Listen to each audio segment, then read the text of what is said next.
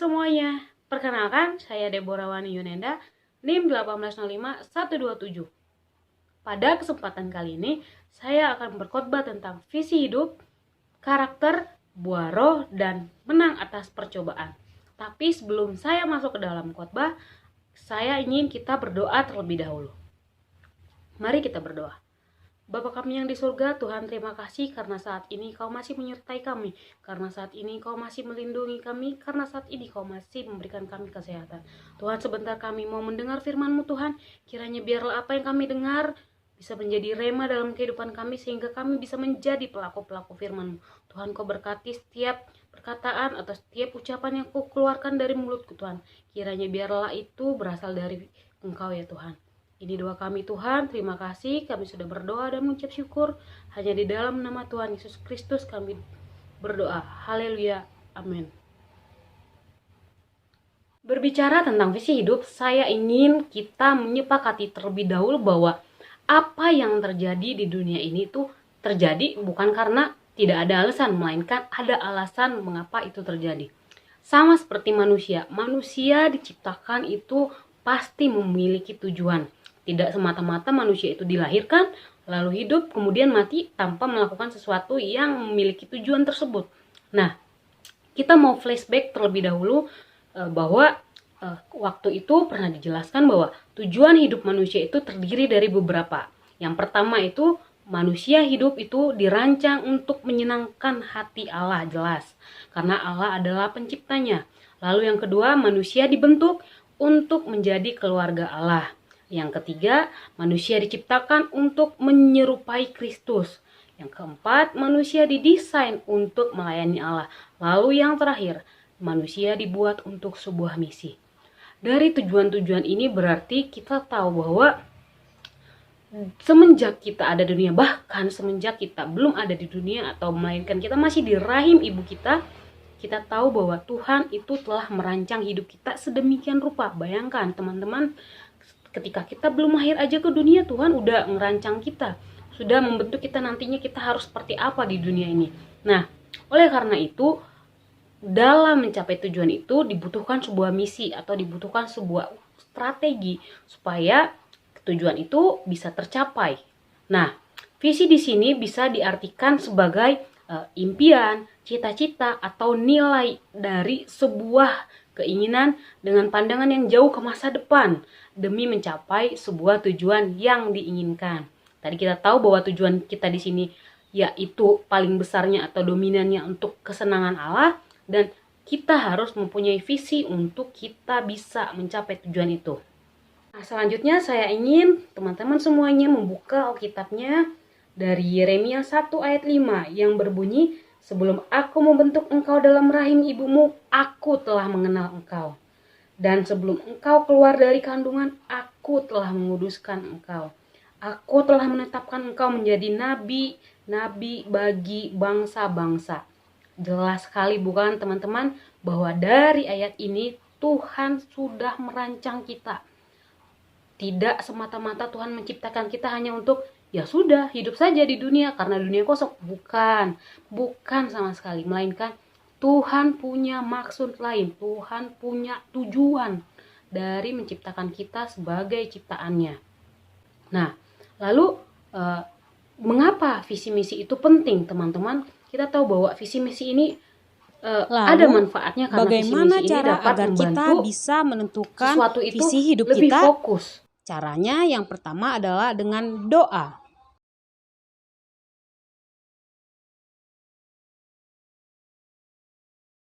Oke, saya ingin saudara membuka Alkitabnya dalam Yeremia 33 ayat 3 yang berbunyi, "Berserulah kepadaku, maka aku akan menjawab engkau dan akan memberitahukan kepadamu hal-hal yang besar dan yang tidak terpahami," yakni hal-hal yang tidak kau ketahui.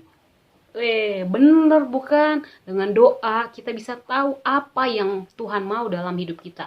Dengan doa kita bisa tahu apa yang kita lakukan ini benar atau tidak sesuai dengan kehendak Tuhan. Oleh karena itu lakukanlah berdoa. Berdoa seintim mungkin kepada Tuhan supaya kita tahu apa yang terbaik bagi hidup kita. Selanjutnya selain doa, yaitu kita mengenali minat kita terlebih dahulu. Bidang kita ini apa? Terus sebagai apa? Nah, ketika kita mengetahui bidang kita apa, misalnya, oh, saya sangat menyukai olahraga, saya sangat menyukai bidang-bidang yang berbau dengan uh, berkomunikasi terhadap orang lain atau orang banyak. Nah, kita tahu dulu minat kita di mana. Lalu kita tahu bakat kita. Bakat kita itu apa? Apa yang paling bisa kita andalkan dalam hidup kita ini. Nah, dari bakat itu nanti kita bisa menggunakan supaya kita bisa menciptakan suatu visi itu. Selain itu bisa kita tentukan dengan cara mendengarkan pendapat orang lain. Pendapat orang lain di sini berarti pendapat orang-orang yang dekat dengan kita, seperti keluarga, teman, atau pendeta kita masing-masing. Dengan cara itu kita bisa setidaknya menentukan visi yang kita lakukan untuk kita bisa mencapai tujuan tersebut. Nah, selanjutnya ketika kita sudah mengetahui atau kita sudah tahu bagaimana cara menentukan visi kita dalam hidup ini, selanjutnya kita akan belajar tentang bagaimana kita memiliki karakter dalam kita menyiapkan visi ini demi kita bisa mencapai tujuan kita. Saya ingin teman-teman membuka Alkitab dalam Efesus 2 ayat 10 yang berbunyi, karena kita ini buatan Allah, diciptakan dalam Kristus Yesus untuk melakukan pekerjaan baik yang dipersiapkan Allah sebelumnya. Ia mau supaya kita hidup di dalamnya. Dari ayat ini kita tahu bahwa ada keharusan yang harus kita lakukan selama kita diberi kesempatan hidup, yaitu kita hidup dalam kebenaran. Hidup dalam kebenaran ini salah satunya memiliki karakter-karakter yang serupa dengan Kristus tentunya, bukan? Nah, oleh karena itu karakter ini penting untuk kita bisa memperbaruinya setiap saat, dimana kita tahu bahwa setiap saat kita pasti melakukan yang namanya dosa. Oleh karena itu setiap saat kita harus memperbaharui karakter kita menjadi karakter yang lebih serupa dengan Kristus. Lalu kemudian saya ingin mengajak saudara kembali membuka Alkitabnya dalam surat Yohanes yang ketiga pasal 1 ayat 4. Bagiku tidak ada sukacita yang lebih besar daripada mendengar bahwa anak-anakku hidup dalam kebenaran. Ini ayat yang benar-benar langsung to the point bahwa Tuhan itu menginginkan kita harus hidup dalam kebenaran. Salah satunya yang bisa bikin Tuhan itu senang, seperti yang dikatakan tadi, bahwa ya kita harus hidup dalam kebenaran. Hidup dalam kebenaran ini kita bisa memiliki karakter-karakter baik, karakter-karakter rohani yang serupa dengan Kristus. Nah, dalam hidup ini kita harus memperhatikan karakter kita harus terus belajar dalam menumbuhkan karakter-karakter baik dalam hidup kita, supaya ketika kita menjalani nantinya visi hidup kita ini, kita bisa dipermudah atau sedikitnya kita bisa mengerti bahwa apa yang salah dalam cara kita, apa yang masih harus dibenarkan, terlebih lagi karakter apa yang masih harus kita tanamkan dalam hidup kita, supaya ketika menjalankan visi nanti ini kita bisa berjalan sesuai dengan kehendak Tuhan. Nah, setelah tadi kita sudah tahu bagaimana cara kita untuk menentukan visi hidup kita supaya tujuan kita bisa tercapai, lalu kemudian dalam menjalankan visi kita harus menumbuhkan karakter-karakter yang positif, karakter rohani yang sesuai dengan Kristus. Selanjutnya, ketika kita sudah melakukan ini, apalagi ketika kita sudah dipenuhi oleh Roh Kudus, maka ada sesuatu yang akan muncul dalam diri kita, dan sesuatu ini nantinya dapat bermanfaat bagi sekeliling kita. Nah, saya ingin mengajak saudara semuanya untuk membuka kembali Alkitabnya dalam Galatia 5 ayat 22 sampai 23. Saya akan bacakan, yaitu, tetapi buah roh ialah kasih, sukacita, damai sejahtera, kesabaran, kemurahan, kebaikan, kesetiaan, kelemah lembutan, penguasaan diri. Tidak ada hukum yang menentang hal-hal itu. Nah, dari ayat ini kita sudah tahu bahwa buah-buah roh itu terdiri dari 9 yang tadi sudah dikatakan. Nah, Kenapa buah roh ini penting ketika kita eh, sedang hidup dalam menyelesaikan visi kita untuk mencapai tujuan? Karena buah roh ini timbul kalau misalnya kita sudah dimateraikan oleh Roh Kudus atau sudah hidup penuh dengan kekuatan Roh Kudus dalam hidup kita. Nah, jadi Roh Kudus ini nanti akan ikut membimbing kita dalam menyelesaikan visi kita untuk mencapai tujuan hidup kita. Yang pertama, yang tadi ada buah roh kasih. Kita tahu dalam Alkitab juga dikatakan bahwa kasih itu adalah hukum yang pertama, karena kita tahu juga kalau Tuhan atau Yesus juga itu adalah Tuhan yang penuh dengan kasih. Selanjutnya ada sukacita. Yes, sukacita.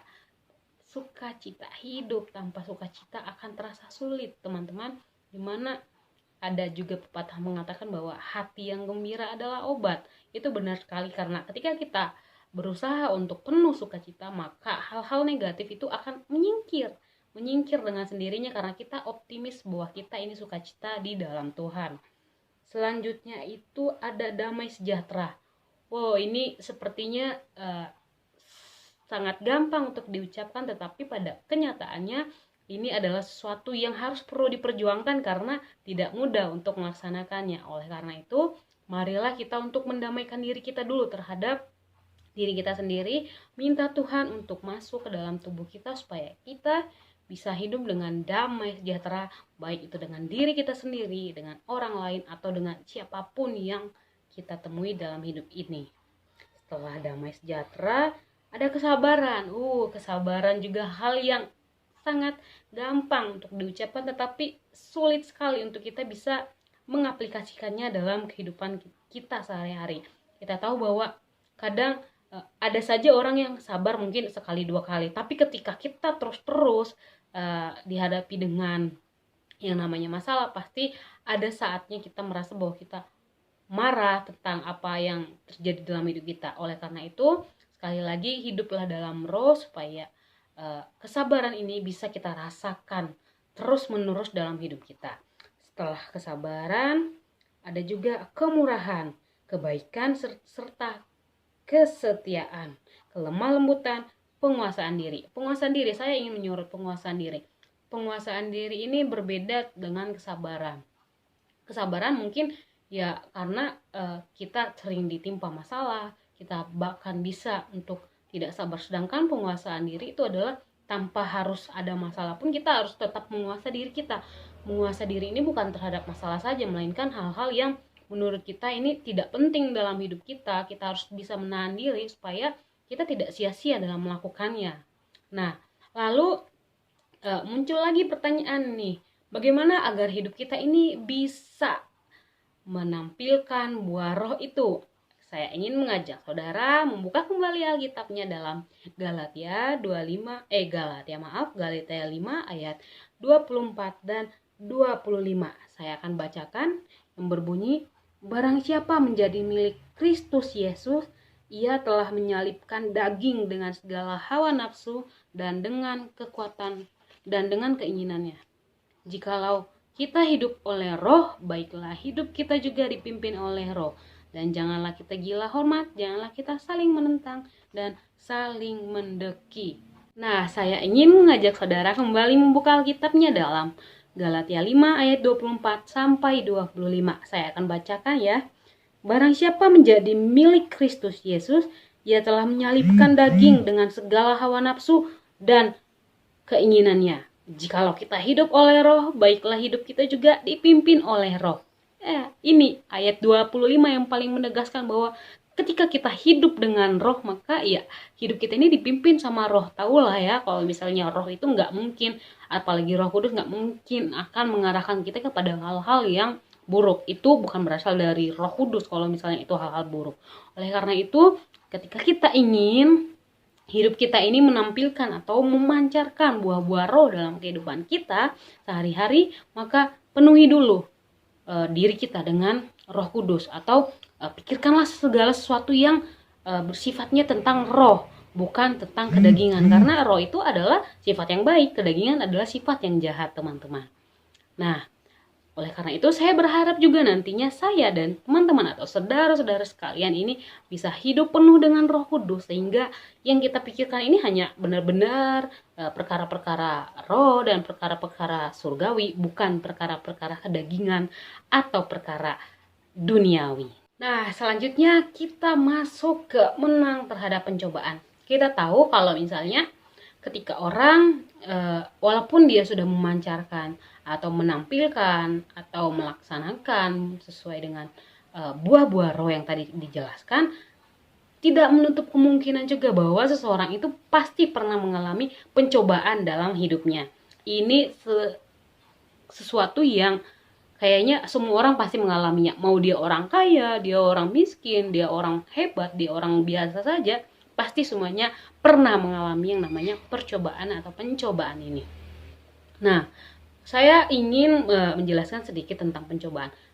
Kita sepakat kalau misalnya pencobaan ini identik atau hampir sama dengan makna peperangan, di mana ketika kita dihadapi dengan percobaan, kita berusaha untuk menyelesaikannya supaya kita tidak terus-terus berada dalam masalah atau pencobaan itu. Sama dengan peperangan, di mana dalam peperangan ini juga terdapat usaha untuk kita bisa menang terhadap peperangan ini. Nah, dari kata peperangan ini ada beberapa kata yang sering muncul dalam kata tersebut, yaitu ada musuh, ada senjata, ada berjuang, ada strategi, dan ada menang. Nah, dari kata kunci atau kata-kata yang sering muncul dalam peperangan ini, nanti kita akan bahas yang sesuai dengan topik di mana kita harus menang terhadap pencobaan itu. Nah, oleh karena itu saya ingin mengajak saudara untuk tahu yang pertama, siapa sih musuh dalam sebuah percobaan, atau siapa sih musuh dalam sebuah peperangan yang dihadapi oleh manusia. Yang pertama itu musuhnya adalah dari iblis sendiri.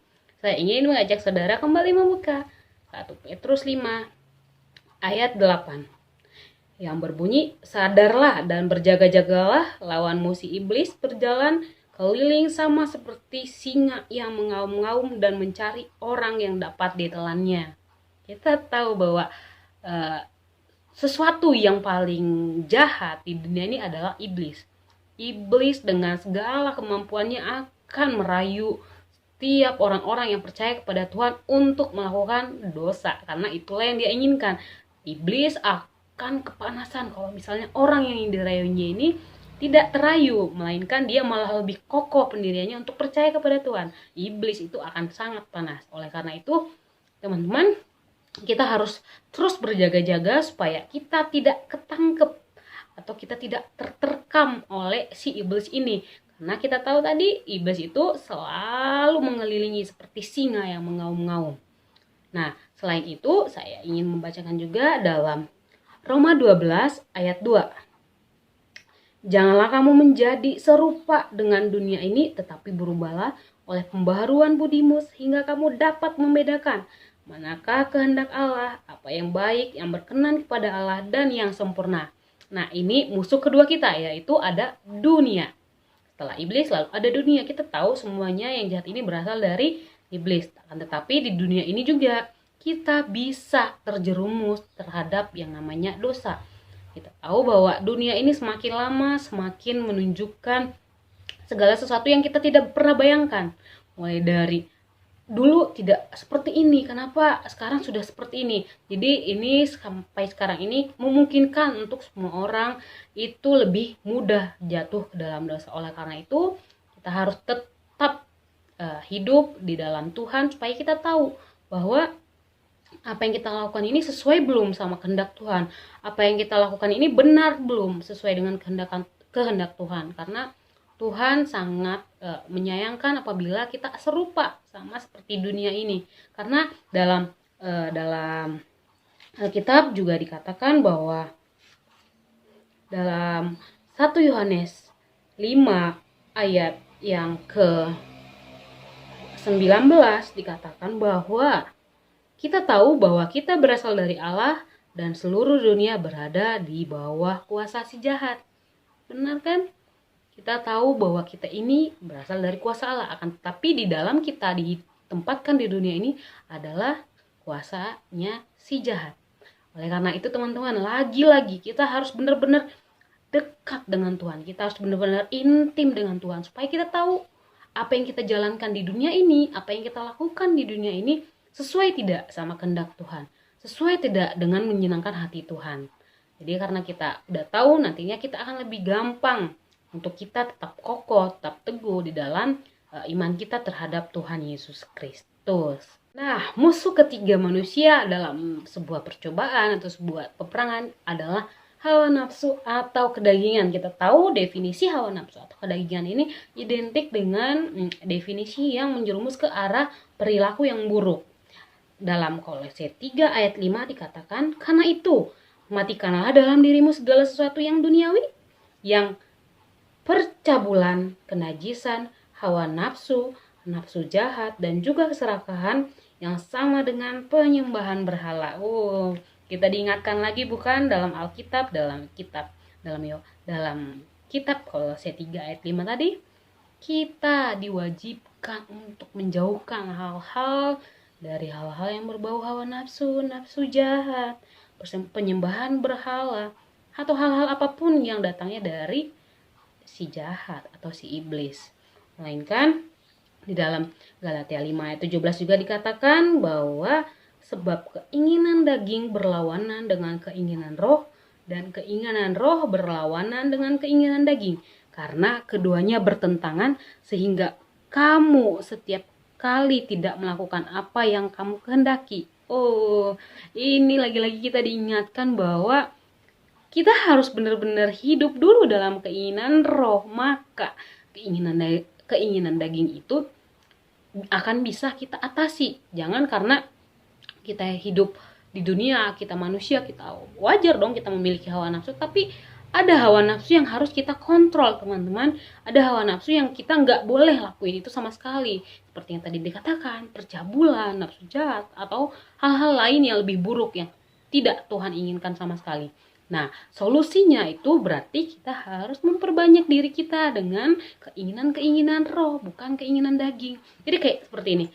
Kalau kita makin sering mengisi atau memperbarui hidup kita dengan keinginan roh, maka jelas ini seperti timbangan ini keinginan daging, ini keinginan roh. Jika kita terus-terus mengisi hidup kita dengan keinginan roh, maka ini akan terus bertambah, sedangkan ini akan terus menghilang. Begitu juga sebaliknya, jika kita terus mengisi keinginan daging kita, maka ini akan terus bertambah, maka yang ini keinginan roh kita akan menghilang.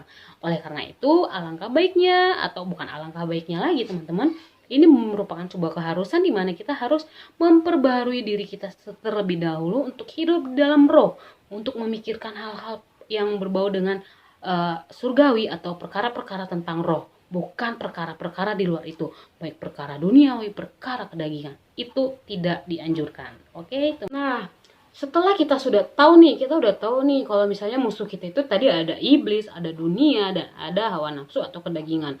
Lalu ketika kita tahu, apa yang harus kita lakukan? Ya benar, jawabannya adalah kita harus mempersiapkan senjata kita untuk memerangi itu. Kita buka 2 Korintus 10 ayat 4 sampai 5. 2 Korintus 10 ayat 4 sampai 5 dikatakan bahwa karena senjata kami dalam perjuangan bukanlah senjata duniawi, melainkan senjata yang diperlengkapi dengan kuasa Allah yang sanggup untuk meruntuhkan benteng-benteng. Lalu yang kelima, kami mematahkan setiap siasat orang dan merubuhkan setiap kubu yang dibangun oleh keangkuhan manusia untuk menentang pengenalan akan Allah. Kami menawan segala pikiran dan menaklukkannya kepada Kristus.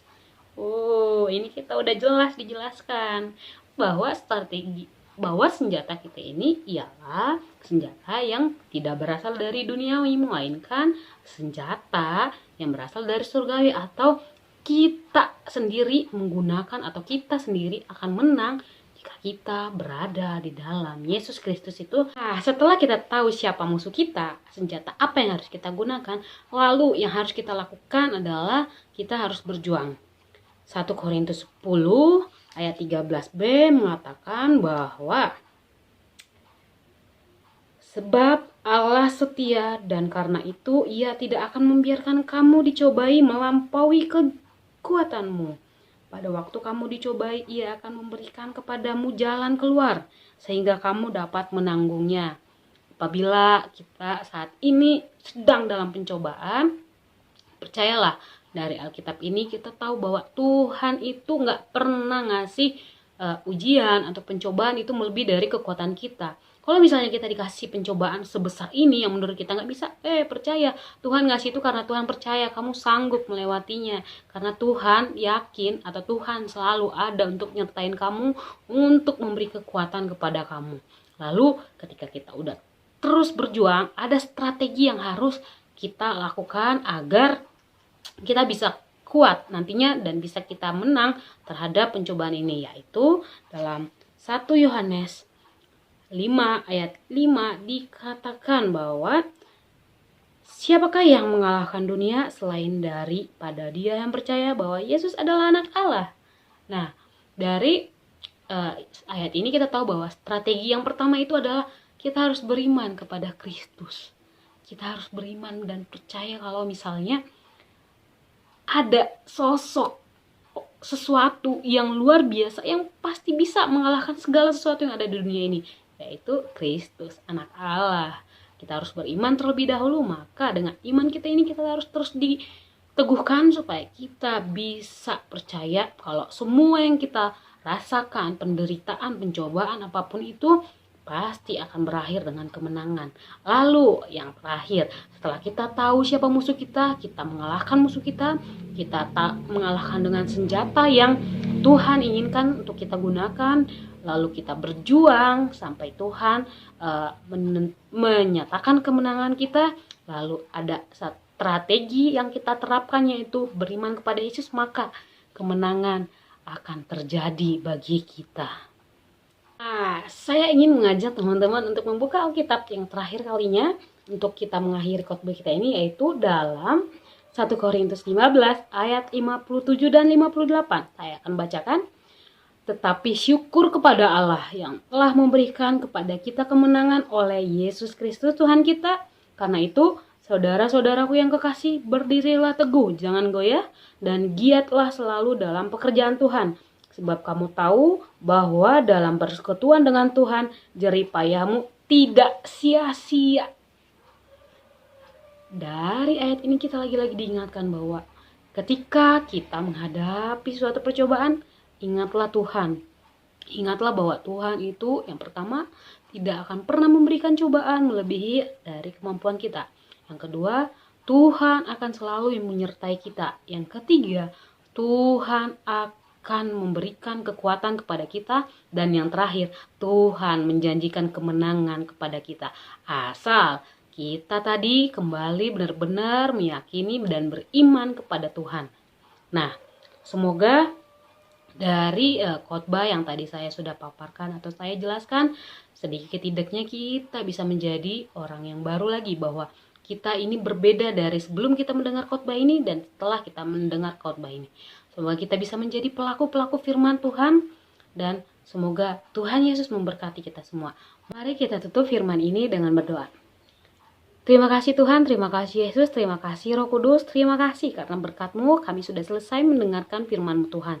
Tuhan, kirain biarlah apa yang tadi aku katakan Tuhan menjadi rema bagi kami semuanya, dan kami bisa menjadi pelaku-pelaku firman-Mu, supaya makin banyak jiwa-jiwa yang kami selamatkan, supaya makin banyak jiwa-jiwa mengaku bahwa Yesus adalah Tuhan dan Juru Selamat kami Tuhan.